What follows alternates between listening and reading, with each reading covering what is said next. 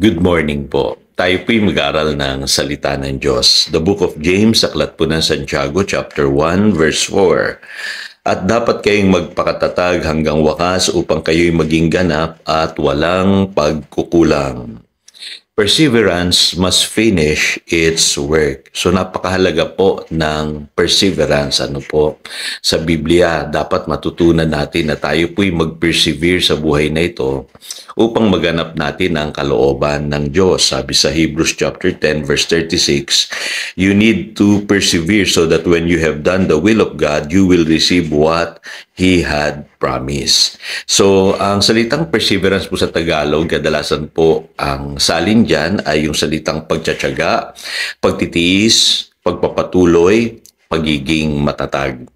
Kaya sa Biblia po, pagka nakita nyo po sa English Bible yung salitang perseverance, markahan po ninyo. Kasi sa buhay na ito, hindi tayo nagtsatsaga lang sa mga bagay na walang dahilan o kahulugan. Tayong mga anak ng Diyos, mga Christians, mga believers, nagtsatsaga tayo sa paggawa ng kalooban ng Diyos. Nagtsatsaga tayo dahil sa paggawa ng kalooban ng Diyos, makikita natin na tayo po'y nababago. Nagmamature po tayo. Yung po sinasabi ng James chapter 1 verse 4. Kaya makikita nyo ang isang palatandaan na ikaw ay lumalago sa iyong pananampalataya ay yung meron ka ng pagtsatsaga, perseverance, pagpapatuloy, pagtitiis. At pangalawang resulta po ng perseverance ay sa pagganap mo ng kalooban ng Diyos, tinatanggap mo ngayon yung mga bagay na inilaan sa iyo ng Diyos. So, answered prayers po. So, walang nasasayang sa ating pagtsatsaga. Tinutugon ng Panginoon yung ating pong pananalangin at pagtitsaga sa buhay na ito. Kaya kung kukumpletuhin na po natin, yung pag-aaral natin about focus living, mapapansin nyo po, kailangan isama natin yung James chapter 1 verse 4 dun sa pinag-aralan natin yesterday na James chapter 1 verses 5 to 8. So, ating makukonclude na sa buhay na ito para maging focus tayo, kailangan humingi tayo ng wisdom sa Lord. Yun yung number 1. Ibig sabihin, dapat malinaw sa atin yung purpose ni Lord sa ating buhay. At kapag alam natin yan, hindi tayo maliligaw. Pangalawa, dapat marunong tayong manalangin according to God's will. Kasi sa pamamagitan yan, hindi tayo mahihirapan sa buhay na ito. Kasi alam na natin kung ano lang yung kailangan natin at hindi tayo labis na naghahangad pa sa mga bagay na hindi naman natin kailangan. So pangatlo, ito yung mahalaga, na pag-aaralan natin today. Sa buhay na ito, kailangan natin taglayin yung perseverance.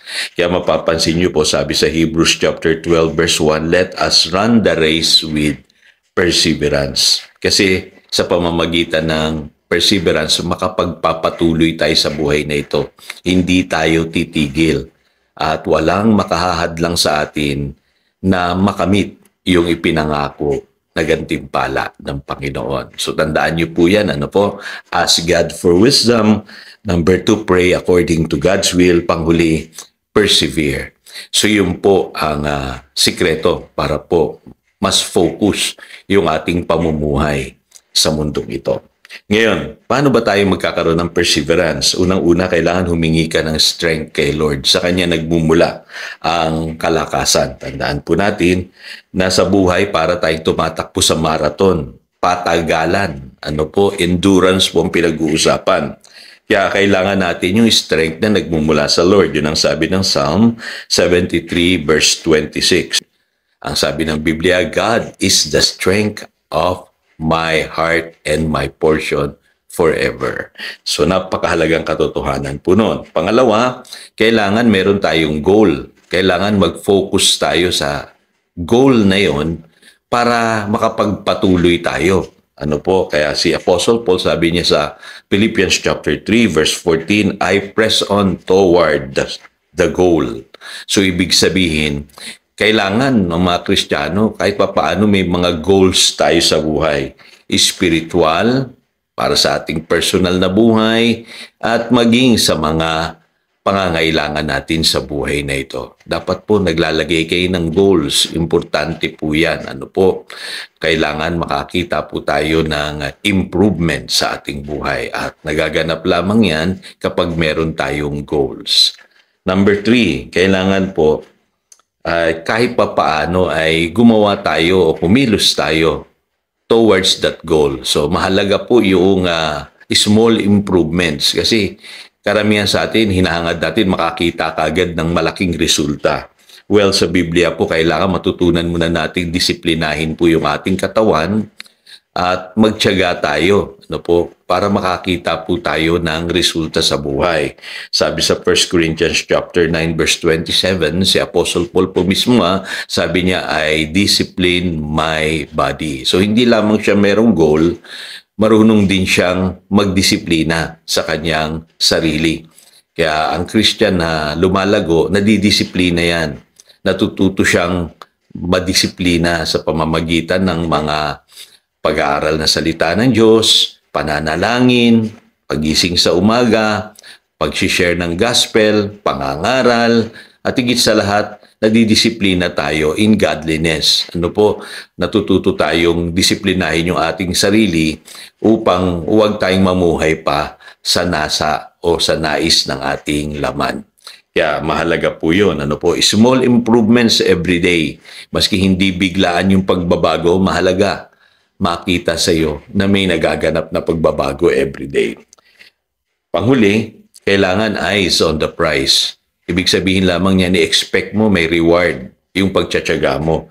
Kaya yung binasa nating text kanina sa Hebrews chapter 10 verse 36, pagka naganap mo yung kalooban ng Diyos, ipinapangako ng Biblia, natatanggapin mo kung ano yung ipinangako niya sa atin. Kaya napakahalaga po ng pagtsatsaga. Huwag kang titigil, kapatid. Ganapin mo pa rin ang kalooban ng Diyos kahit nahihirapan ka, kahit maraming pagsubok, kahit maraming hadlang, ganapin mo ito kasi nangako ang Diyos, natatanggap ka ng ipinangako niya para sa iyo. Tayo manalangin. Dakilang Diyos, napakabuti mo sa amin at naintindihan na namin na sa buhay na ito, napakahalaga po pala ng perseverance dahil sa pamamagitan niyan, ay nababago kami, nagiging matured kami sa aming pananampalataya. Pangalawa, tinatanggap namin yung mga ipinangako mo sa amin. Nagkakaroon kami ng maraming answered prayers kung kami magpapatuloy, magtsatsaga, magtitiis, at magiging matatag hanggang sa wakas. Salamat, Panginoon, sa mga pangakong ito at pinapanalangin kong aking mga kapatid na nanghihina ngayon. Patatagin mo sila, Panginoon. Bigyan mo sila ng kalakasan upang makapagpatuloy po sila sa kanilang paglakad sa pananampalataya.